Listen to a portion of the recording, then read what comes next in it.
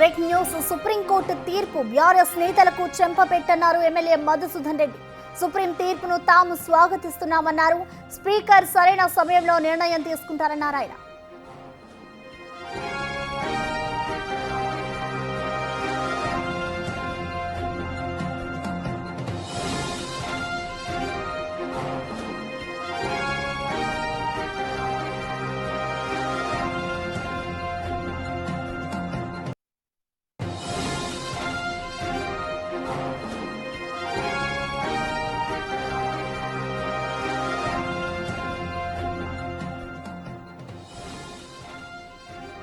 Supreme court తీర్పు BRS నేతలకు చెంపపెట్టన్నారు MLA Madhusudan Reddy. Supreme తీర్పును తాము స్వాగతిస్తున్నామన్నారు.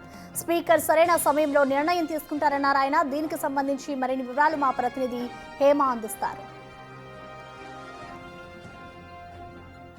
రెండు తెలుగు రాష్ట్రాల్లో సంచలనం రేపినటువంటి ఎమ్మెల్యేల ఫిరాయింపు కేసులో అసలు ఎలాంటి తీర్పు రాబోతుంది అంటూ కూడా ప్రతి ఒక్కరు ఉత్కంఠగా ఎదురు చేశారు. ఆ ఉత్కంఠకు చెక్ పెడుతూ కాసేపటి క్రితమే సుప్రీంకోర్టు తీర్పునిచ్చింది. మరి ఈ తీర్పుని కాంగ్రెస్ వాళ్ళు ఎలా చూస్తున్నారు, అసలు ఏమనుకున్నారు అడిగి తెలుసుకుందాం. మనతో పాటు ఎమ్మెల్యే జిఎంఆర్ ఉన్నారు.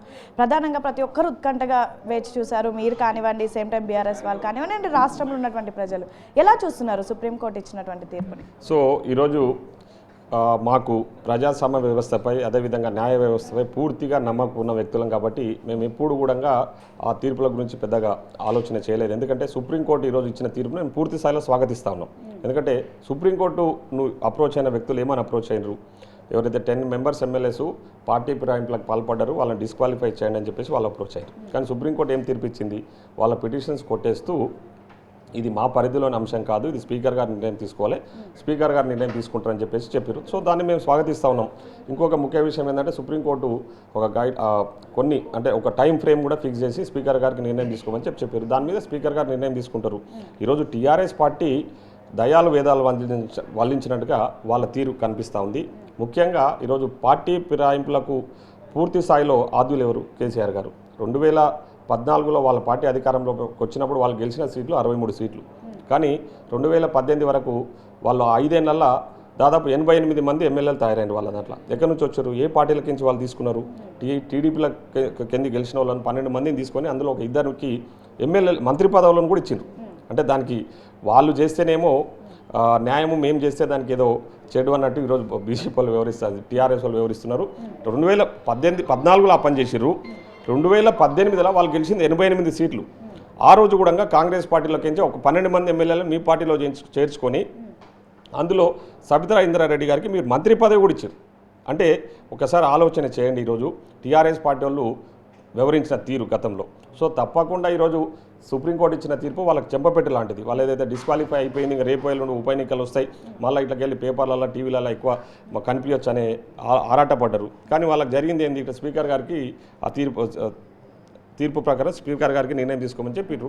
సో స్పీకర్ ఏ నిర్ణయం తీసుకున్నా మేము స్వాగతిస్తాం. 3 నెలల్లో స్పీకర్ నిర్ణయం తీసుకోవాలి అంటూ కూడా సుప్రీంకోర్టు తీర్పిచ్చింది. ఎలా ఉండబోతుంది అనుకున్న నిర్ణయం? మీరు కేవలం ఎమ్మెల్యే మాత్రమే కాదు, అడ్వకేట్గా కూడా ఉన్నారు. ఎలా ఉండబోతుంది అనుకుంటున్నారు? నేను ఏమంటున్నా, తప్పకుండా స్పీకర్ గారు ఏ ప్రొసీజర్ అయితే లేట్ డౌన్ అయిందో ఆ ప్రొసీజర్ ఫాలో అవుతారు.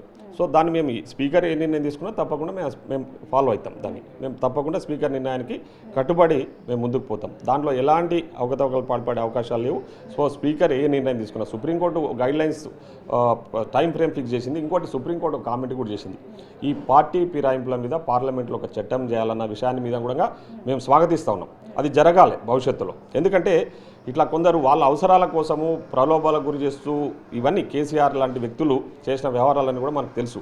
అవన్నీ కూడా రికవరీ చేయాలి. నేను అడుగుతా ఉన్నది ఏంటంటే, గతంలో టీఆర్ఎస్ పార్టీ నాయకులు చాలామంది ఎమ్మెల్యేలను వాళ్ళ పార్టీలో చేర్చుకోవడము, కొందరికి మంత్రి పదవులు ఇచ్చిర్రు, వాళ్ళు బెనిఫిట్స్ పొందిండ్రు, మంత్రులుగా వాళ్ళు చాలా బెనిఫిట్స్ పొందిండ్రు. అవన్నీ కూడా రికవరీ చేయాలి. గతంలో మేము కంప్లైంట్స్ ఇచ్చినాం స్పీకర్లకు. ఆ కంప్లైంట్స్ అని ఇప్పుడు అసెంబ్లీలో ఉన్నాయి, అసెంబ్లీ సెక్రటరీ గారి దగ్గర ఉన్నాయి. అవన్నీ కూడా ఎంక్వైరీ జరగాలి. డే 1 నుంచి రావాలి. స్పీకర్ గారిని మేము కోరేది ఒకటి ఏంటంటే, ఈ సుప్రీంకోర్టు తీర్పు ప్రకారము గతంలో మేము ఇచ్చిన కాంగ్రెస్ పార్టీ మా ఎమ్మెల్యేలను 12 మంది ఎమ్మెల్యేలను వాళ్ళు చేర్చుకున్నారు. చాలామంది 2-3 మంత్రి పదవులు ఇచ్చారు. టీడీపీలో ఉన్న వాళ్ళని చేర్చుకున్నారు. వాళ్ళకు కొందరికి శ్రీనివాస్ యాదవ్ లాంటి వాళ్ళకి మంత్రి పదవులు ఇచ్చారు. గంగుల కమలాకర్కు మంత్రి పదవి ఇచ్చారు. సో వాళ్ళందరి మీద కూడా ఎంక్వైరీ చేయాలి. వాళ్ళు అనుభవించిన ఏవైతే ప్రభుత్వం కల్పించిన బెనిఫిట్స్ ఏవైనా అవన్నీ కూడా రికవరీ చేయాలి. సో అక్కడి నుంచి మొదలు కావాలి. 2014 నుంచి తెలంగాణ రాష్ట్రం ఏర్పడ్డాక ఎవరు పార్టీ ఫిరాయింపులకు పాల్పడ్డారు, ఎవరు ప్రోత్సహించారు, అవన్నిటి మీద కూడా ఎంక్వైరీ జరగాలి, అవన్నీ కూడా రికవరీ కావాలి ఈరోజు అని చెప్పేసి మేము కోరుతాం. ఒకవేళ అలాంటి సిచ్యువేషన్ వస్తే మీ పార్టీకి వచ్చినటువంటి 10 మంది ఎమ్మెల్యేలకి ఇబ్బంది అవుతుంది కదా, మరి అలా నేను ఏమంటా ఉన్నా అదే చెప్తా ఉన్నా, ఈరోజు అక్కడ నుంచి రావాలి కదా. ఇప్పుడు ఇబ్బంది అనేది జరిగితే అందరికీ జరగాలి.